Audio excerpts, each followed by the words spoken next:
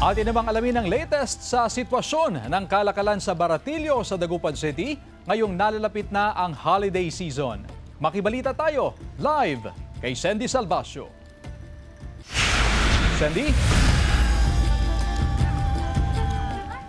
Chris, ngayong araw ay balik normal na ang operasyon ng mga stall vendors dito sa Tiangge o Bazaar na located po dito sa Galvan Street, Dagupan City. Ayon sa mga nakausapan natin na ilan sa mga stall vendors, karamihan po sa kanila ay nakapag-recover na rin mula sa pagdaan nitong Bagyong Uwan.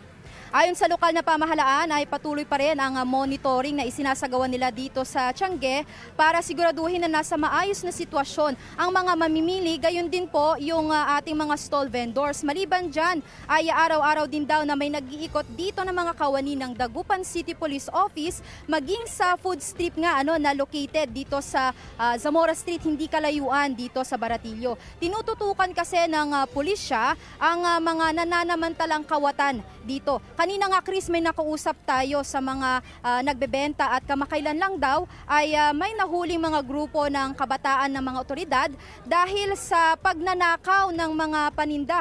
Dahil dyan, doble ingat ngayon ang mga nagbebenta sa kanilang mga paninda at pera. Sa mga nagdaang araw din, Chris, ay unti-unti na rin bumabalik ang sigla ng bentahan dito sa Tiangge. Inaasahan naman nila na magpapatuloy ang ganitong kalakaran hanggang sa matapos ang kontrata sa darating na January 2026. At dahil ilang linggo na lang ay holiday season na, takbuhan ngayon ng mga tumitingin ng panregalo ang Tiangge. Lalo na't halos lahat po ng pwedeng may panregalo, pansarili man o para sa iba ay makikita natin dito.